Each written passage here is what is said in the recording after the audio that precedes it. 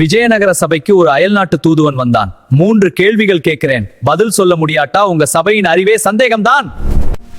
கடலில் எத்தனை துளி தண்ணீர்? வானத்தில் எத்தனை நட்சத்திரம்? பூமியின் மையம் எங்கே?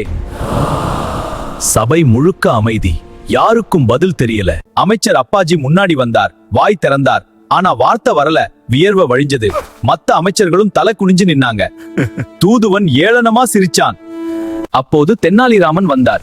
நிமிர்ந்து நடந்து வந்தார். பின்னாடி ஒரு சின்ன வெள்ளாடு ஒன்று கூட வந்துச்சு. சபை மூச்சு விட்டுச்சு. மன்னர் முகம் மலர்ந்தது. தென்னாலி வந்துட்டார். கடலை எத்தனை துளி? இந்த ரோமத்தை எண்ணு, ஒவ்வொரு ரோமத்துக்கும் ஒரு துளி. நம்பகம் இல்லைன்னா நீயே எண்ணிப்பாரு. ஆடு அமைதியா வாயை அசைச்சுக்கிட்டே நின்னது. சபை சிரிச்சது. தூதுவனுக்கு கோபம் வந்துச்சு. உடனே 2வது கேள்வி கேட்டான். வானத்தில் எத்தனை நட்சத்திரம்? தென்னாலி அமைதியா தலையாட்டினார். ஒவ்வொரு மணல் துகளுக்கும் ஒரு நட்சத்திரம். நம்பிக்கை இல்லைன்னா ஒரு தட்டுல மணலை கொட்டி பரப்பினார். தூதுவன் வாய் அடைச்சு போச்சு. பூமியின் மையம் எங்கே?